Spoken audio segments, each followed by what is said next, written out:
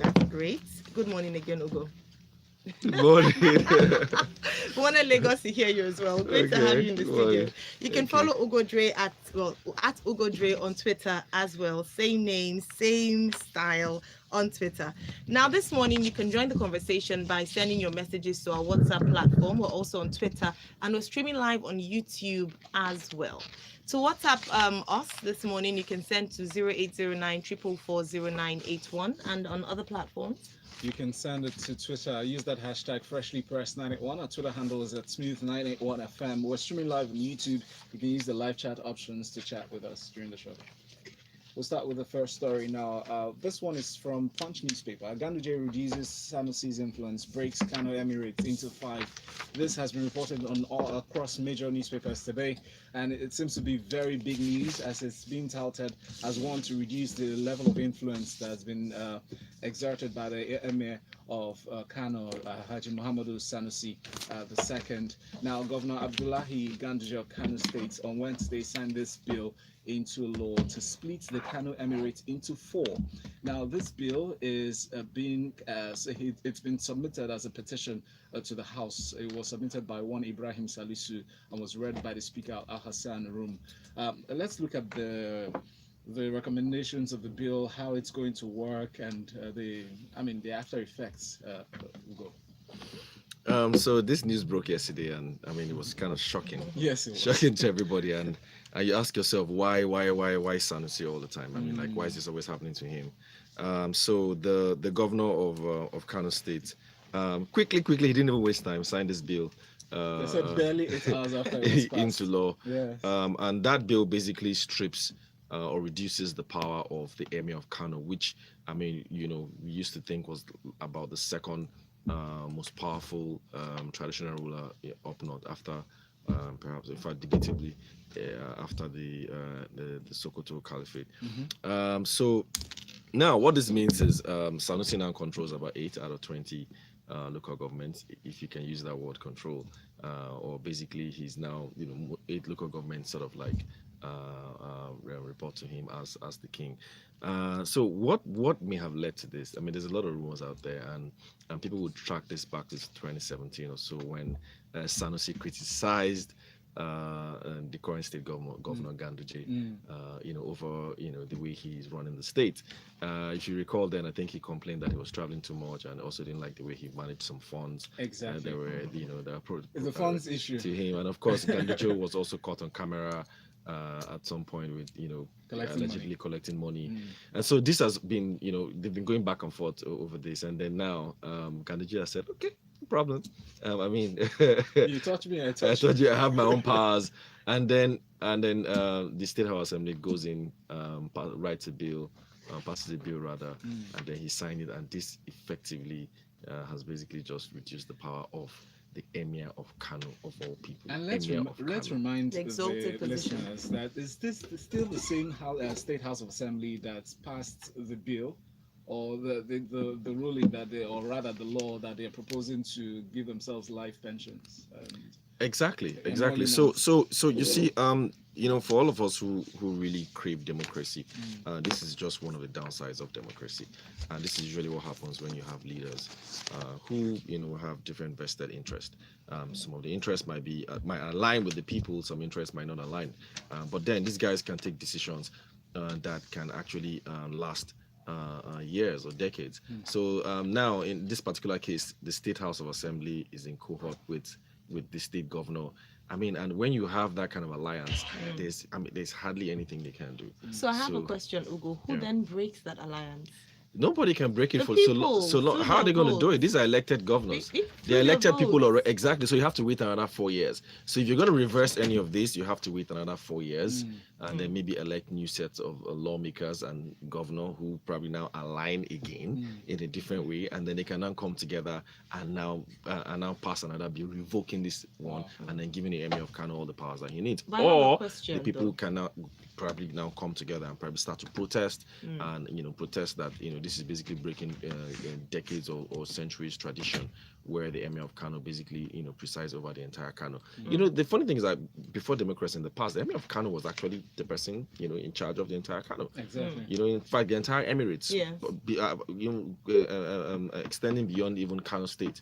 So, but with democracy, powers have basically gone to politicians, and so politicians can basically come together and then explain or decide or turn themselves into some kind of pseudo kingmakers. Yeah, very quick question though. Take away the personal vendetta that some people have said is the reason for this separation of powers. Do you think that in the long term for Kano, with the reasons he's given for development, for in terms of judicially spending the money, do you think it's a good? It is not a good reason. All you've done, you've just created 3 or 4 more kings, So more traditional rulers. Exactly. So, and the person whose responsibility it is to actually govern the state is the governor, and the person's responsibility, or the people who are responsible to actually pass laws, are the state lawmakers. Exactly. So this has got nothing to do with governance or trying to save cost. It's just power play. And need I say that this would attract more costs and more spending by the state government than the Emirates. But anyway, let's look at this next story from Thisday newspaper. Senate slams governors over local government funds, supports council autonomy. A lot of attention on funds this morning. Now, the Senate Wednesday, that was yesterday, adopted a motion asking relevant stakeholders, including state houses of assembly and the presidency, to expedite action on what they call financial autonomy for all the 774 local government councils in the country.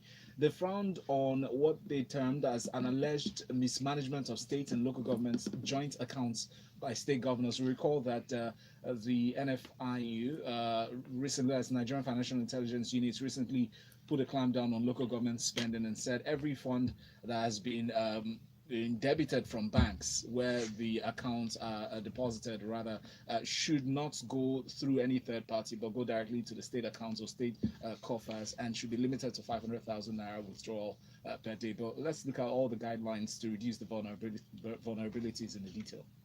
So what does this mean? Excuse me. So I think it was last week NFIU put out this guideline, and that basically puts the state governors and local government chairman in it's a kind of physical.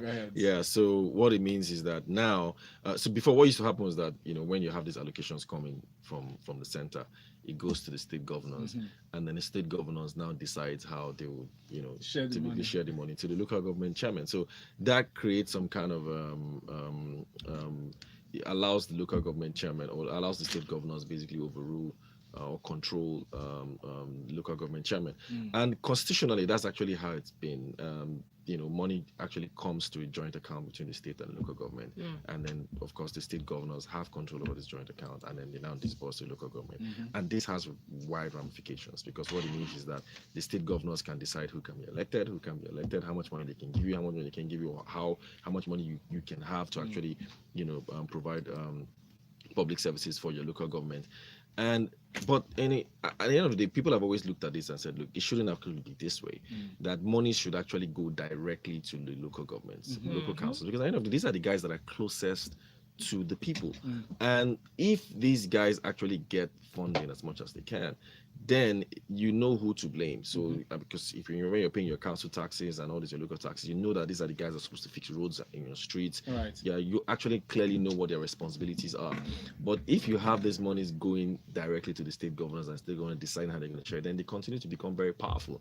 And that is why over the years we've always seen very, very powerful state governors. Even years after they leave, they still remain very powerful, because they basically control the machinery of disbursements of funds in the state. But do you see this as making the local government chairman more effective or more accountable to their responsibilities? That is what you think it should be, but this is Nigeria. It typically doesn't work like that. So what would probably happen, or what would likely even happen, is that if this actually works, and if the state governors don't fight this in court, which I expect them to, of course, you have some powerful local government chairmen, and these guys themselves can be kingmakers on their own. Because if you have, for example, a local government like Alimosho in Lagos, one of the biggest in Nigeria, so local government like that will probably have sizable amount of funds that they can play around with. So these guys can also be kingmakers as well, right? So and then governors won't like that, because now you're going to have to deal with very powerful local government chairmen. So but then on the flip side, it's actually supposed to bring the people closer to their leaders. So the local government now has enough funds that they can actually use to impact directly on people, which is actually how it should be. Exactly. And as you're talking, I was just thinking politics and electioneering period and all those decisions that was around that time frame. But let's take a few messages. The number on WhatsApp is 0809 444 0981. Tulu from Lagos says, I believe that bill can be challenged in court by any Kano indigene. It's been signed into law, so once that is done, I guess. But we'll wait and see the reactions out through that. Vincent from Surulere sent this one. He said, this kind of situation is quite funny. I remember a similar thing happened in Oyo State when Governor Ajimobi tried to reduce the powers of the Olubadan of Ibadan by appointing different obas in Ibadan. This was later tagged illegal by the court. Do you think that the Emir of Kano will challenge this in court? I think it should. I think it should. That the state governor has actually signed this doesn't actually mean that it can be challenged in court. And then Yinka says Ugo is right, as this alliance can't be broken, but also it can be broken if and only if the people understand who a political representative or what it means. Each person who voted on the bill can be recalled, not like it can work anyway. Person isn't there. But most importantly, Nigerians need to understand that having an entire state House of Assembly from one political party will never improve our democracy, because they are at the mercy of the state governor. Shouldn't these representatives be voting on local government areas, actually getting their money as it lands from Abuja? Exactly. Let's move on now to talk CBN. Now, as they move to fund small, medium-scale enterprises in 3 states. This is from The Guardian. The Central Bank of Nigeria, through the Bankers Committee, have concluded plans to take the Funding Nigeria SMEs initiative to 3 states to enable small and medium enterprises to access loans, funds, and grants to grow their businesses. Ugo, please take us through this. This is becoming cliched, right? I don't know, because so we get all these intervention funds all the time targeted at SMEs, and sometimes it starts to sound quite political, because you really don't know what SMEs are actually getting these funds. But on paper, this looks good. There was something I saw in the news, I think yesterday or so, 2 days ago, about funds for the creative industry. Yes. So these things always pops up now and then they promise single-digit interest rates, 9%. Annually, yeah, of course, 9% annually, and then provided you have very good ideas. But people who are, who actually players in these specific industries, if you talk to them, they tell you that, look, there's always a cartel that these funds are meant for. So these guys just find their way around some of these banks, and then they get these funds, and then of course they split it. I mean, they just chop the money between themselves and the banks, and then nobody actually pays back anything, and jobs are never created. I mean, these are allegations. I don't know if it's true. So but on paper it's good, you have CBN create funds for SMEs, because we all need some kind of funding, and in a country where people don't actually it's difficult to raise equity in this kind of country, and you can't always get, if you're not a very fancy startup, or you're not a startup, or you don't have a founder that has some kind of affiliation with some of these schools, or you don't have a you're not gonna get fund, or you can't speak for them. If you can't speak for them, you don't get any fund. You know what I mean? So you would always want to fall back to the likes of the Bank of Industry, or Smidan, or some of these guys, to see if you can raise some kind of funds. And it actually does work, to be fair, because I've actually seen some people who have accessed funds here, and it's basically changed their lives, right? Yes. I think Lagos State government has something similar as well, LST, yeah. They actually grant funds. But what is key here is that, the CBN needs to focus a lot on creating a market that can thrive for itself, a market that actually provide funds to people who need it, right? And people who can actually make use of these funds, rather than have all these intervention funds that at the end of the day turn out to be some kind of slush funds for some people. But like I said, on paper, it's good. Let's just be optimistic about that in a sense. But then again, we'll move on to talk on this bills, the 2 more bills that Buhari has declined assent to, bringing to a total of 40. 40 bills that our president has declined assent to. He gives reasons, valid reasons, in most ways, to his declining. He said on this Thisday report, President Buhari actually declined assent to 2 bills, one of which is the Northeast Development, or rather, one of them is the Nigeria Inland Waterways bill that is supposed to give powers to a different entity to watch over the activities and maybe funds and whatever oversight functions that they provide. But according to him declining or rejecting the Nigeria Inland Waterways Authority bill is based on the issue of funding and overlap of functions. He said that the bill contradicts provisions of the Constitution that limits the power of the National Assembly to make laws in relation to water from sources affecting more than one state of inland waterways, which has also been declared to be an international waterway or the interstate waterway. Your thoughts on the entire story, Ugo? So, this kind of contradicts what we said earlier, where you have State House of Assembly from the same party with the same maybe governor, and then passing laws that, sometimes it works in favor of the people, and then sometimes it's just personal. But we've had like on the center, the National Assembly, that it's almost even in terms of party affiliations, right? You have a lot in PDP and then in the APC. So, but then there's this, war between the presidency and of course the National Assembly, where they don't basically just agree on some things. And so that is probably why you're seeing the president not ascending to a lot of laws. About 40 of them. I mean, this is a record. I don't think I've ever seen this before, at least since democracy came back in 1999. And what I think is happening here is that you have a National Assembly that, so they're writing laws, but there's no synergy between the National Assembly and the presidency. The legislature and exactly, and executive. So they're not, nobody's like, they're not sitting down together and looking at these laws and seeing if it actually makes sense, or at least, going through debate. So for us, this is basically the waste of money at the end of the day. So because a lot of money must have gone through, a lot of time and effort would have gone into, writing or passing 40 bills. I mean, that's a lot, because you'll have gone through public hearings, they would have sat several times, on second sittings and all that. So you will hire contractors, exactly, have consultants who do it. So a lot of money and effort would have gone into this, and then it lands on the table of the president saying, because of just one clause or one provision. But then again, I mean, looking beyond just the discord that you might be suspecting, doesn't this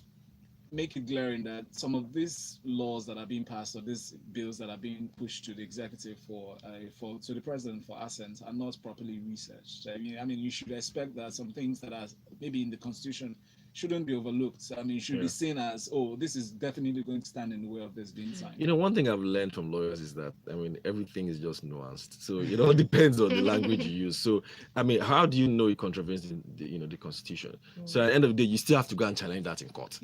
Do you know what I mean? So it's all about opinion. So you and I have to agree that, look, let us pass this law for so and so reason, right? We can say, okay, look, tone down here or take this out. So what you're seeing here is there's just no coordination, no synergy between the executive branch and the legislation. So that's why we're having 40 bills. To be fair, I'm not saying all the bills that they passed are actually okay, but then you shouldn't even get to a point where you pass a bill and then the president won't just assent to it. Right. Thank you very much. We'll go to some comments. Ubongi says, I believe granting the local government more financial autonomy will increase accountability at the grassroots level. And we have this one from Shay. Shay says, hello guys, it's instructive to know that Ganduje is Ajimobi's in-law. Could it be that he acted on the advice of his in-law, seeing as he has also tried to come to Oluwadon? Who knows? Tayo says, well, so begins the ruining of tradition with law because of ego perpetrated through politics. The State House of Assembly is now a rubber stamp for a governor who should be under investigation. You just have to love this country. Thank you very much. And that's why I brought up the issue about who makes the decision as to ensure that the powers do not lie with, the same. Because when we vote, we can vote tactically, knowing that for a strong democracy, we need to have some form of accountability. So the point is, it has advantages and disadvantages. Yes, it does. Thank you very much. All right, let's move on to our next story here. Why we are investigating Saraki, EFCC have come out to say now, according to this report from the Premium Times, they mentioned that it seems like the well, the sitting Senate President, Bukola Saraki, is making it seem like he's a victim of persecution by the EFCC, and they have released a full statement. And I'd like you to please take us through the statement, Ugo. Look, here's what's very key. In everything that the EFCC has said, they said that its investigation of Mr. Saraki is driven by overarching public interest and due process of the law. Overarching public interest, please. I think that the fact that the people of Kwara State, the so-called autonomy movement, took out Saraki is just, that alone is public interest. Now, I don't know what kind of petitions the EFCC might have gotten against Saraki, but this would appear to be some kind of witch hunt, because this is somebody that has been under investigation for the last 4 years from the code of, the whole charade of the code of conduct bureau that nothing actually came out of, and then now, he's now a private citizen and they're not going after him. You have a lot. He's not yet a private citizen. He's going to be a private citizen very soon. It's just a few days away. He becomes a private citizen, right? So, EFCC can do whatever they want. I mean, it's within their own right to investigate anybody that they want. But, for us Nigerians, we're not stupid. We're looking at these things and we know that, there's some kind of politics underpinning all these things. And we don't want, them wasting their time on things that at the end of the day is just driven by some kind of politics or some egotistical issues. Go after politicians, go after people that are actually stealing money in this country. Ugo, I have to ask you a question. He is a politician, at least currently, and there's been that big debate that you say there's a witch hunt, but if your hands are clean, then you shouldn't be so afraid, because should the motive distract from them doing their jobs? So yes, it might be motivated by the fact that they're witch hunting and all that, but if he's guilty, should they still not pursue this case? No, the thing is that no matter how free or clean you think you are, right?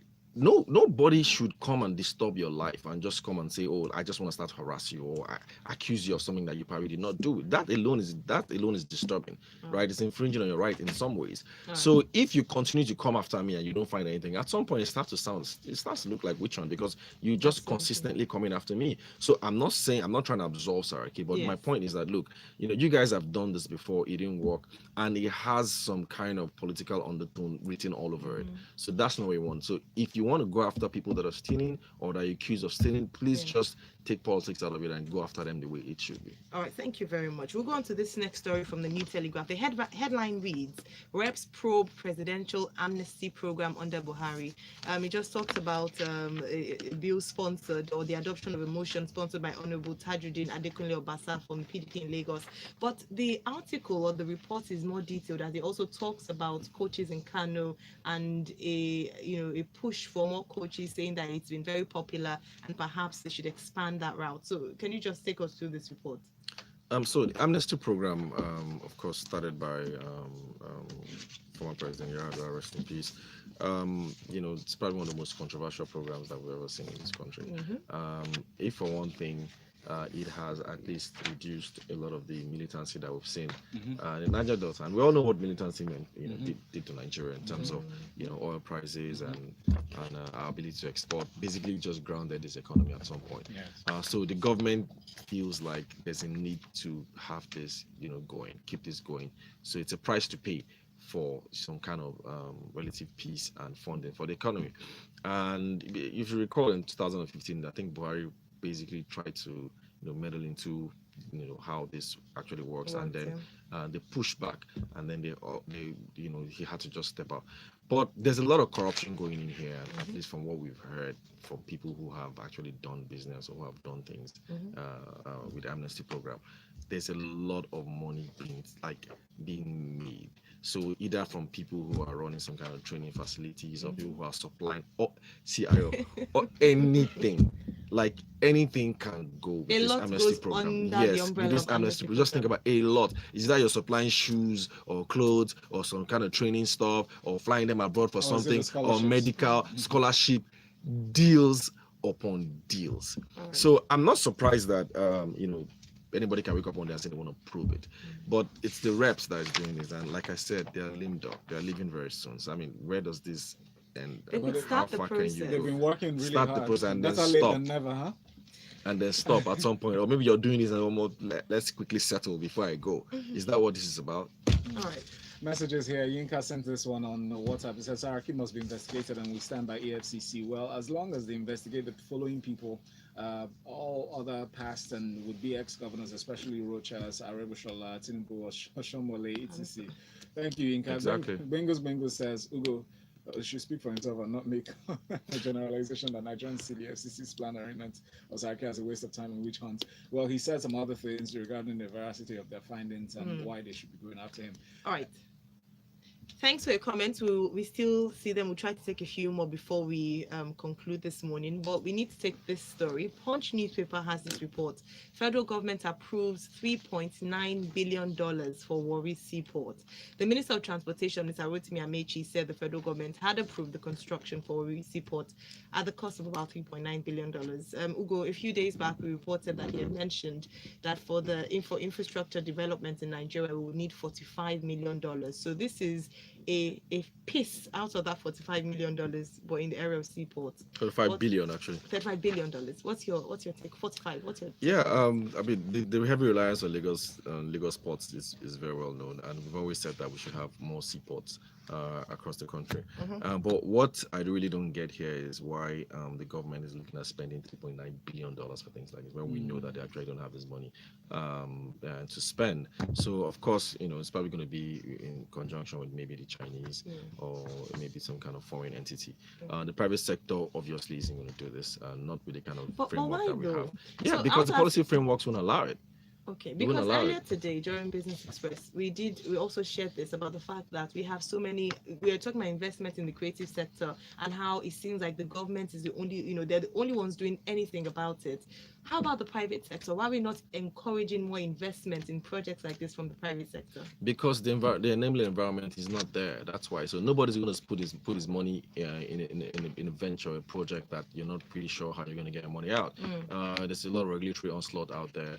The tax environment is not good, and so you're just not going to put your money there. So for you to put your money into this thing, there's got to be policy. It has to be policy driven. There has to be enabling laws that can allow you to invest in things like that and then recoup your money. So typically, with the kind of a level of capital investments that Nigeria needs, the government can't even do it alone. The government can never ever fund it in the next 100 years. So you would need the private sector to do this.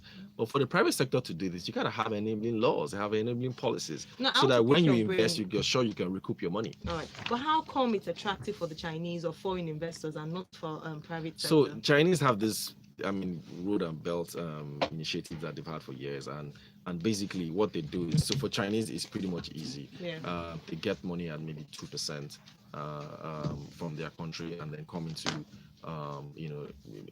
emerging markets like Africa or sub-Saharan African countries like Nigeria, and then they come in, bring this money in here, and then create developments, and then of course in return they get some kind of oil. They're short of oil and short of mineral resources that they can continue to use to develop their own economy as well. So it's clear Chinese diplomatic policy, and that's what they've always used. So it pays them very well. So that's why you see them in countries like, they really don't care about the politics of your country. It's been their style. So they can come in here. Remember, the key thing is that they get this cash at 2%, at less than 2%, in fact, almost nothing, 0 to nothing. So they bring this money. And of course, they have the technology equipment. And by the way, it also creates some kind of jobs for them as well. Because it's still their technology and their equipment and their products that they're going to use for all these things.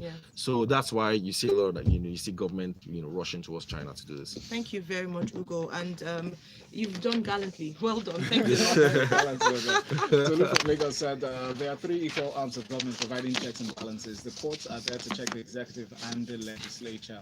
And this one is from Mike. Mike says there's nothing cool about the president declining bills. How about him proposing corrections or even originating executive-sponsored bills? I'm not impressed with our president, and that's the point to look at it from. Anyway, but that's the much we can take on the show, as much as we can read. All right, thank you so much. You can find Ugo at Ugo Dre. If you want to ask him a few more questions with regards to his analysis this morning, kindly address it to his Twitter handle. We're still here on Smooth 98.1. Next up, we have The Grapevine, where we bring you news, information from the entertainment world, as well as review new music and videos as well.